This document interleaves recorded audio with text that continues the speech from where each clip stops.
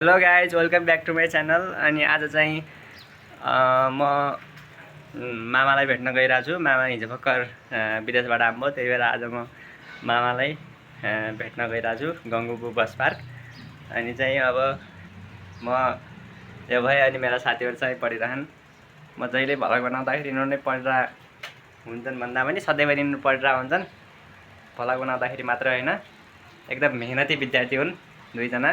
अर्को यो भाइ भन्छ एकदम मेहनती विद्यार्थी हो, जहिले 10 बज्न पढ्छ तर 9:45 देखि। अनि चाहिँ ल अब म बस पार्क हिँडेँ अनि म चाहिँ अब पठाउमा जाँदैछु। अनि चाहिँ भर्खर आउँदैछ। अब म जुत्ता सुत्ता लगाएर अब म हिँड्न लागेँ गाइज।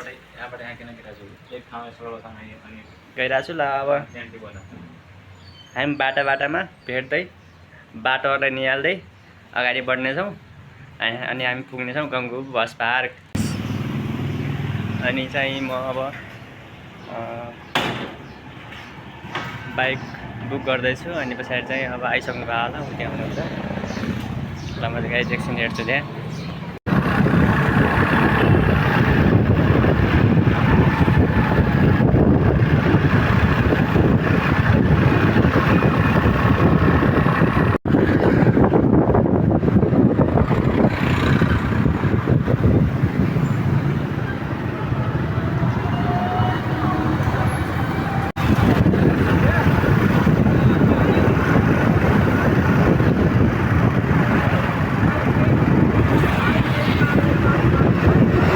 हेलो गाइज, म यहाँ राप्ती यो गङ्गुबु बस पार्क आइसकेको छु। अनि पछाडि चाहिँ अब मेरो मामा चाहिँ राप्ती काउन्टरको फ्रन्ट साइजमा भन्दै हुनुहुन्थ्यो।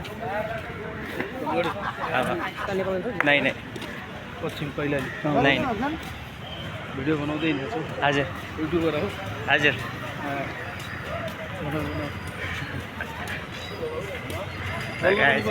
हजुर बोल्न पनि पऱ्यो नि। बोल्छु हल्का। अब गाइज उतापट्टि राप्ती काउन्टरपट्टि जाँदैछु म चाहिँ गङ्गुबु बस पार्क यो। अनि पछाडि चाहिँ अब मामा कतापट्टि हुनुहुन्छ।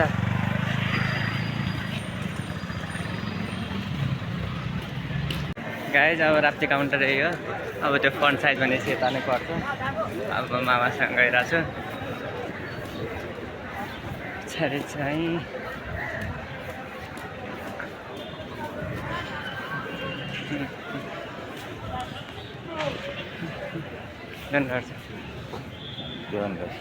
राम्रो बनाएको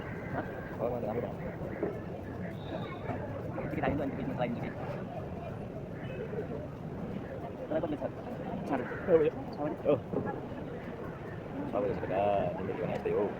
के भन्छ तपाईँ खै भन्नु चाहिँ तुलसीपुर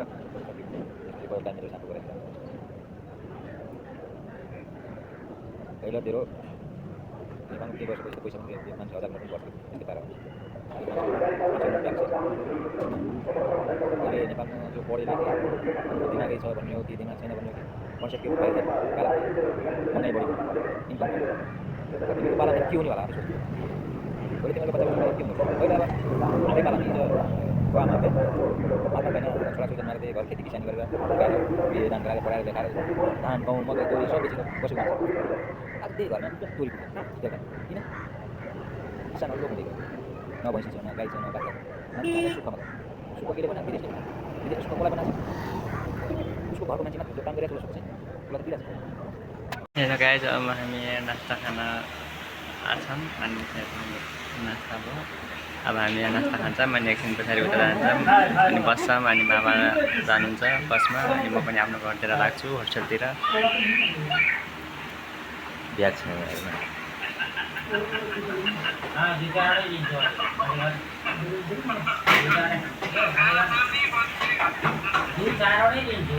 कान्छा जस्तो लङ छुट्टी बेला चाहिँ मेरो प्राण जान्ने छ। खाऊ न म अब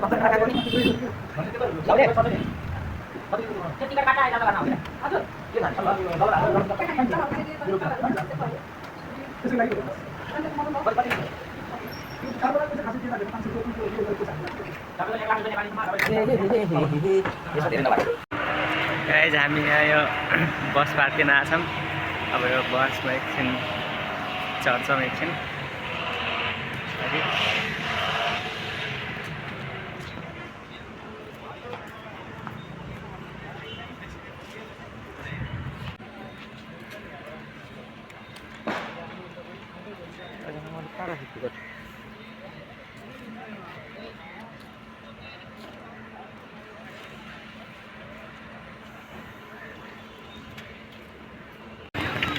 गाइज अब यहाँ मौसम चाहिँ एकदम नराम्रो सङ्केत देखाइरहेछ। अब यहाँ चाहिँ मौसमले पानी पर्छ जस्तो लागिरहेको मलाई। अनि चाहिँ अब मामा चाहिँ दादा ठुलो यस्तो कुरा गरिरहनु भएको छ। अनि म चाहिँ अब यस्तै घुम्दै भ्लग बनाउँदै गरिरहेको छु। धेरै टाइम लाग्यो नि। अनि चाहिँ अब मौसम धेरै अलि नराम्रो गरिरहेछ गाइज। पानी पर्छ जस्तो लाग्छ। म पनि अब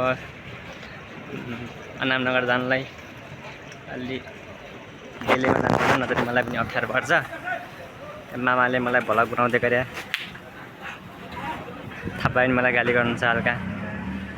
मामाले के भन्नुहुन्छ भन्दाखेरि तिमीले भ्लग बनाए पनि जे बनाए पनि महिनामा 2 महिनामा एकपटक हाल एउटा भिडियो, तर तिम्रो भिडियोले अरूलाई एकदम इफेक्टिभ होस् होइन, त्यही भन्नुहुन्थ्यो। अब मामाको कुरालाई त एकदम भित्री मनन गरेर म चाहिँ 2 महिनामा एउटा भिडियो, एकदम राम्रो भिडियो अपलोड गर्छु भन्ने धारणा छ मेरो।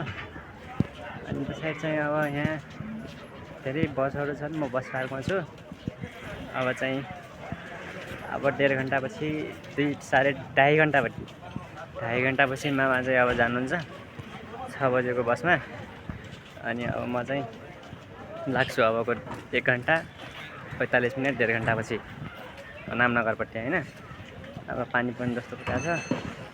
अब फेरि पेलेमा नगए पानीमा भिजिन्छ फेरि, त्यसैले अब म जाने हो। ल गाइज अब हामी पनि बाटोमा भेट्दै गर्छौँ। गाइज यहाँ मौसमले आफ्नो रूप देखाउन लागिसक्यो। अब यहाँ पानी पर्छ गाइज। अब हामी आफ्नो अब बसमा जान्छौँ।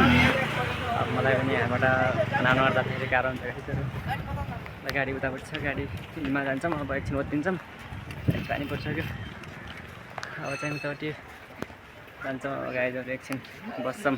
पानी त फाट्ने जस्तो त गरिरहेको छैन गर्नु त। अब फाट्दिनु यस्तो छ मौसम, यस्तो गरिरहेको छ। साइड पानी फाट्दैन होला, यतापट्टि होला, यतापट्टि जस्तो लाग्छ मलाई।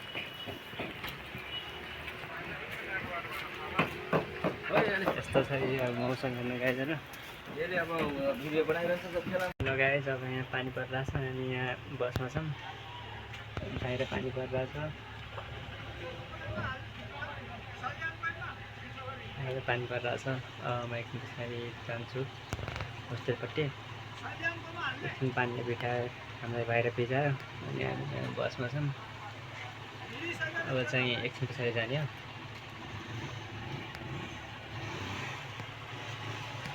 हेलो गाइस, अब पानी अलिअलि फाटा छ। हामी बाहिरपट्टि फेरि बसको नाम है। अनि चाहिँ अलिअलि फाटा छ पानी होइन, थोरै परिरहेछ।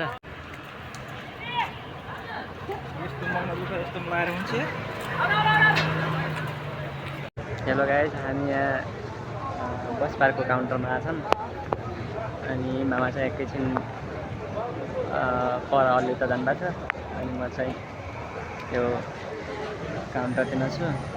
अनि पछाडि गाइस यतापट्टि धेरै पानी परिरहेछ। आज घर जाने हुन्छ हुन त्यो सोचमा परिरहेको छु गाइसमा आज। गाइस अब म यहाँ चढिसकेँ बाइकमा। अब चाहिँ यहाँबाट सिधै होस्टेल जान्छु। अनि मामासँगको भेटघाट राम्रो भयो आज, धेरै कुरा सिक्न पाइयो। अनि पछाडि चाहिँ अब म होस्टेल लागिरहेको छु।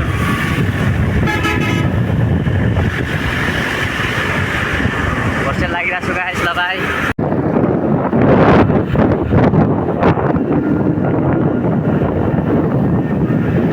हेलो गाइज, म आइसकेको छु। भर्खर झरेँ, अब रुममा जान्छु। अनि कपडा सपडा सुकाउँछु। अब एकछिन चाहिँ फ्रेस हुन्छु गाइजहरू। ल गाइज अब म यहाँ रुममा आइसकेँ। अब मेरा साथीहरू उयो अवस्थामा छन्, पढ्न बसेका छन्, दुइटा पढ्न बसेका छन्। अर्को मेरो ब्रदर आएको छैन सँगै, अहिले 5 बजीतिर आउँछ होला। ल गाइज म आइसकेँ। अब आजको दिन एकदम मजा भयो। ल guys bye, see you in next time.